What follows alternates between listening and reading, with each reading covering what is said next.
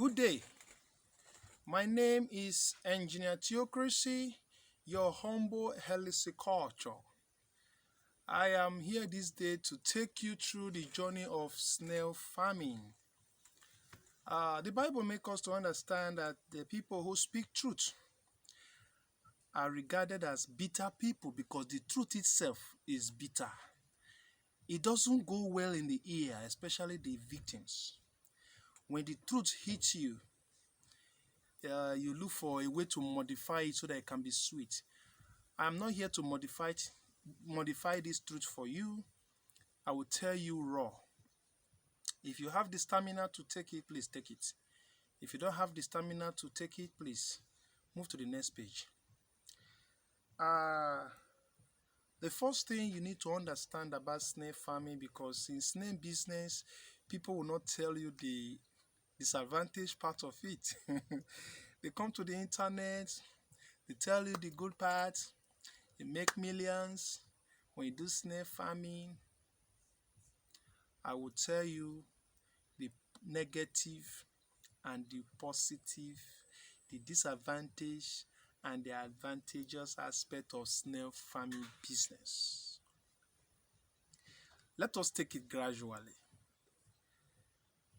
Naturally, we have two farming systems. Now, the first farming system is a system called intensive farming system. The second system is called extensive farming system. Now, let's look at the intensive farming system. Intensive farming system is a system where you cage snail in a pen, be it wooden pen, be it concrete pen, be it tire, be it drum, be it anyone. You cage snail in that pen and you expect them to do well. They will not do well. The reason is this. By nature, naturally, God do not create snails to build houses. God did not create snails to build a pen where they can lay and have their reproduction system. No. They are free-range animals. They move about everywhere in the forest.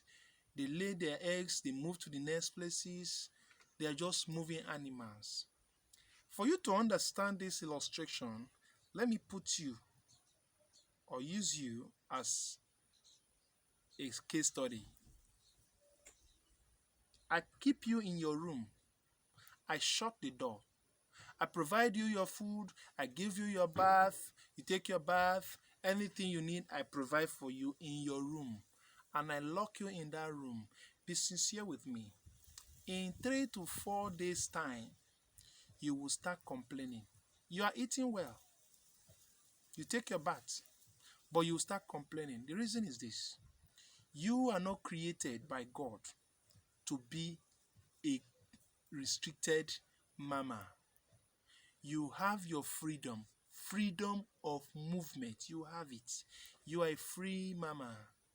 You go by everywhere, move around, fine. In Lagos State, for instance, let me use Lagos as an example. If I keep you inside Lagos and allow you not to go outside Lagos State, you can stay in Lagos State for the rest of your life. Why? Because Lagos State is big enough for you to move about. Go to mainland, go to island, go to Badagry, come this way. It's big enough for you to move around and you die here. So many people have not left Lagos throughout their entire life. They are staying. But you cannot survive it in your room. That is same thing with free-range animals.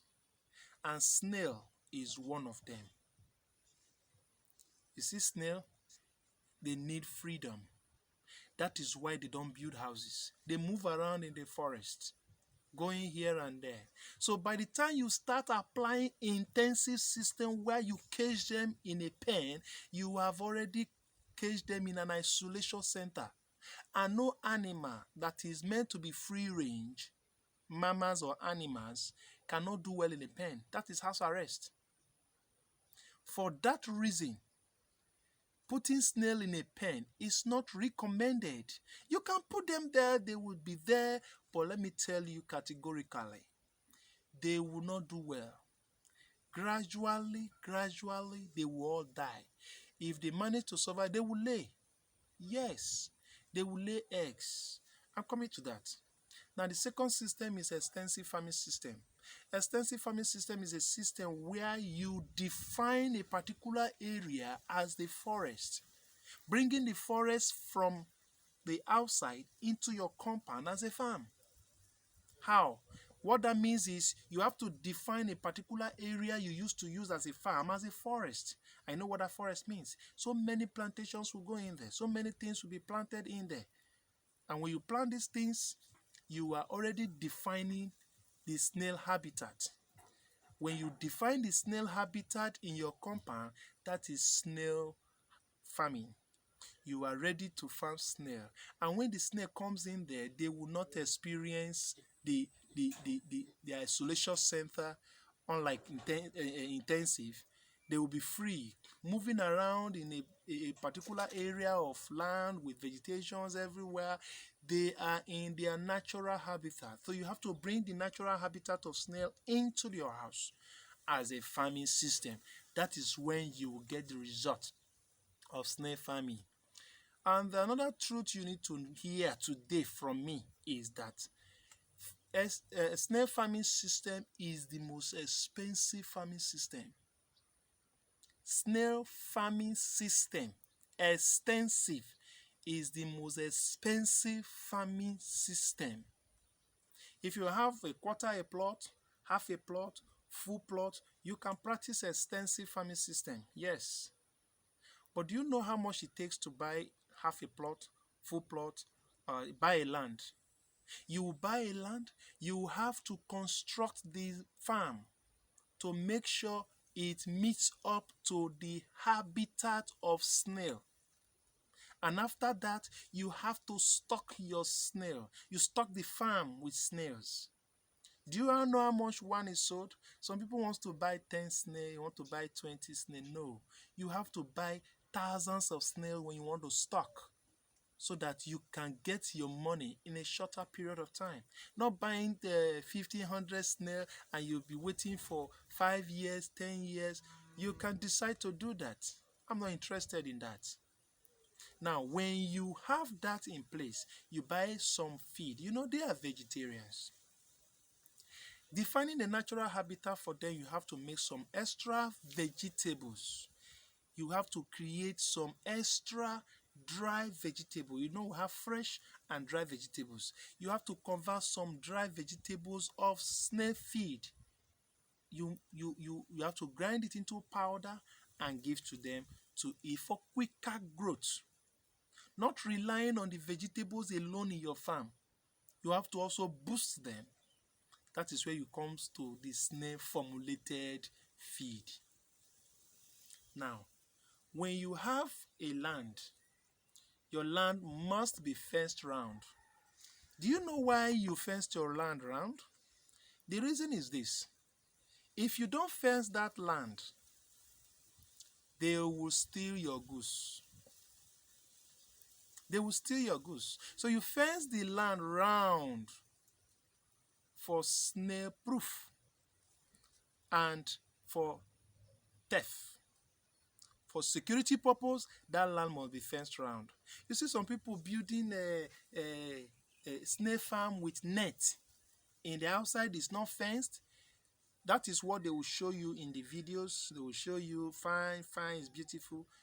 You remember those bad boys in your area. They will go in there, just use a razor blade to cut the net, and they will enter your farm. Snail doesn't shout. Snail doesn't shout. You are sleeping at night, they are active. They will load a full sack of a bag of snail and they will go. That is more than 200,000. It depends on the sizes. They will go. The next morning you see your net being torn. You will sow it. Another day they will pass through another place. They will keep stealing your investment. When you fence your farm round, nobody from the outside sees what's going on inside. They just know that there's snail farming in them. They don't know the what. As far as they don't see, they don't know the what. That is when you survive it. So don't go to an isolated place. You build a snail farm, you did not fence it, no security there. I did not recommend that. Now, after that, if you want to go into snail farming proper I will recommend you register in our S&T SNAIL College. We'll teach you from A to Z. Our college takes from the very day of very first day of registration down till the day you harvest your first set of snail. It's a mentorship school. We'll direct you from A to Z of all you have to do. Then when you finally succeed, that is when you graduate from our school. We don't speak grammar just as I'm not speaking grammar. Don't believe in grammar. S raised to power A divide by snail share S, look for snail slime Y. You will look for Y, you will get tired. We don't do it in S&T SNAIL College. We are practical farmers. Practical farmers. Now, when you want to farm, another mistake you shouldn't make. Don't go and buy snail breeders and stock your farm that is snail. No. This is Africa giant. And his name is Ashashatina marginata chenchi. Ashashatina marginata chenchi. There is another one called Ashashatina marginata. It's two types. One is chenchi, one is egrelia. Ashashatina chenchi is the biggest in the whole world. This is it. How do you identify Ashashatina chenchi from Ashashatina egrelia? Let me show you Ashashatina egrelia, and this is Ashashatina chenchi.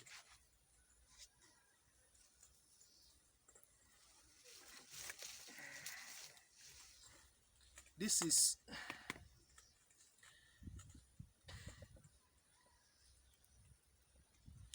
Ashashatina marginata egrelia. AM is AME. AM. How do you identify AM from chenchi? This is the biggest. This ones grow big, but you know, when rating African giant, they rate it as African giant because it's bigger than escargot.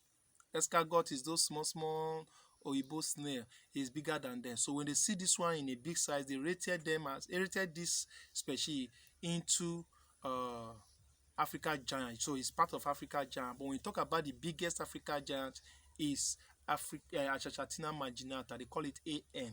This is also AM. So we have two types of AM in Nigeria. Two types of AM in Nigeria. It is only Nigeria that you find the biggest snail in the world. Yeah. Now, how do you differentiate them? If you take a look at it very well, there is pink coloration here. This one doesn't have it. Look at the pink. This place is pink. You find this snail in south in Nigeria. When you go to Akwa Ibom, when you go to Calabar, go to Port Harcourt, go to Delta, go to Bayelsa, go to northern side of Nigeria, that is where you see this species. But this species starts from Edo State. From Edo State, it gets to Ondo, from Ondo down to the Yoruba lands, which is the west. You have this species. And this species is found in the south. And this is the biggest species because when you are doing snail farming, the shell is what people buy. They sell according to the shell. This one doesn't grow that much. They grow but not that much. I prefer farming this so that when I reap, I know I reap and I sell big. I don't farm this. I didn't say this is bad. They are both AM. So if you are looking for the biggest African snail, which is Ashashatina chenchi, is this, which is the biggest. Now another way to differentiate them is the tip. If you take a look at this tip, it has the same coloration here. Take a look at this tip, it has the same coloration here, pink. This is AM, this is AM. How do you differentiate it? Those ones that has pink coloration are from the south. So people who are doing snail farming in the south say AM, they just picked it because that is what is available to them. But the biggest African giant is this. Chenchi, Egrelia, AM, AM. Both of them are AM. Then you see people shouting AA, AA, AA. Which one is AA? Ashatina, Ashatina. This is Ashatina, Ashatina. If you look at it, look at the meat inside. And look at the meat inside. This one the meat looks like sandpaper. It's not really in Nigerian market. We see it, few, some of them migrated into Nigeria through the forest. Yeah, they enter Nigeria, but it's not as big as this. Even Chenchi, Egrilia, AM Egrilia is bigger than Ashatina Ashatina. Ashatina lay more eggs than this. So people run to Ashatina Ashatina. This is Ghana snail. This snail originated from Ghana. Yes, it's a Ghana snail. Finding it in Nigeria does not mean it's a Nigerian snail. It is Ghana. So people thought this is the Achatina AM or this. No, this is it. Look at the mouth. It has a V shape. V shape. And if you look at it, it's called banana snail. Check it. Banana snail. Ashatina, or call it banana snail. It's from Ghana. So when you are doing snail farming in Nigeria, we don't recommend this. It's not in the market mainly, but you see some few people buying it, but you want to sell snail, you want to do snail business, this is not really in the market. This is what you see in the market. Now, when you are doing snail farming, it is not putting your snail in a pen and they hatch egg. You put the egg in a plate and they hatch baby, and you decided to conclude that your snails are doing well. My sister, my brother, no. It is not hatching egg, laying egg, hatching the baby, and you conclude that you are doing snail farming. Now, let me tell you one disadvantage about intensive farming system. This is the egg. Now, when this egg hatch, it hatch a baby.